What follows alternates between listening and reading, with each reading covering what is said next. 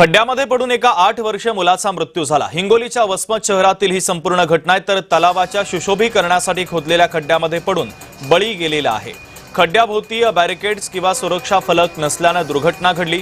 वसमत शहरातल्या काजीपुरा येथील तलावाचं सौंदर्यीकरणाचं काम मागील काही महिन्यांपासून सुरू आहे। या कामासाठी खोदण्यात आलेल्या मोठ्या खड्ड्यामध्ये बुडून एका 8 वर्षीय हसन शेख या चिमुकल्याचा मृत्यू झालाय। हसन शेख आपल्या मित्रांसोबत दर्ग्यावर जात असताना या खड्ड्यामध्ये पडला।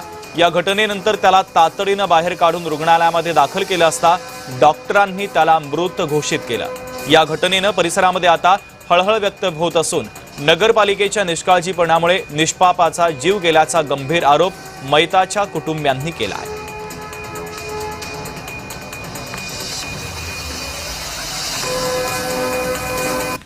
हमारे वो आसपास में जो अपने तालाब का काम चढ़ा, वहाँ बच्चे हमारे बेवकूफ़ गए थे खाना बंदरा बोल के, और वहाँ पे आसपास पूरे घर हैं, वहाँ पूरा माहौल खुला है वहाँ, और वहाँ काम चालू है तालाब का। उनकी लापरवाही की वजह से मेरा बच्चा वहाँ पे दरगाह पे गया था और पैर फिसल के खड्डे में गिर गया हो और उसकी डेथ हो गई।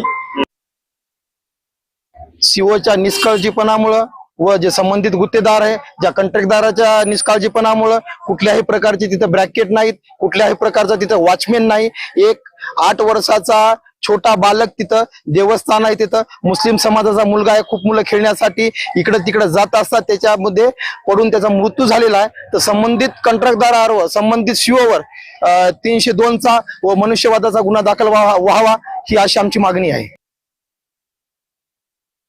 मेरा छोटा भाई तालाब के ऊपर गया था, दरगाह के ऊपर खाना खाने गया से वहाँ बड़े बड़े खड्डे थे, उसका पैर फिसल गया, उसका वहाँ डेथ हो गई। कितने साल का? 9 साल का बच्चा था, बस उसका हसन शेख नाम था, मेरा भाई था वो छोटा।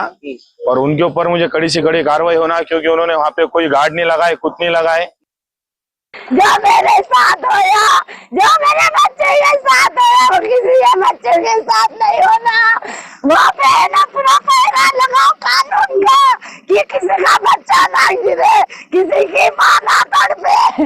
मेरी होना, मेरा बच्चा होना, दूसरों के